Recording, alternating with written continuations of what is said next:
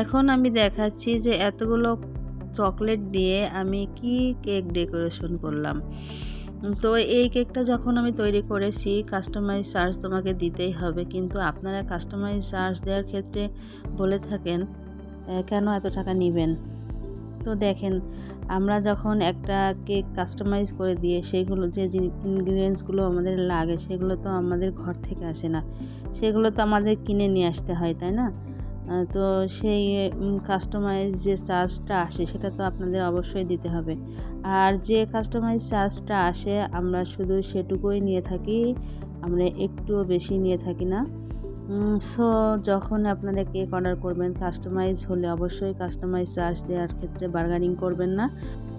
আর এই কেকটা যিনি নিয়েছিলেন ওই আপু খুবই সুইট, উনি আমাকে একটুও প্যারা দেননি, আমি যেটা বলেছি উনি সেটাই দিয়েছিলেন। সবাইকে ধন্যবাদ।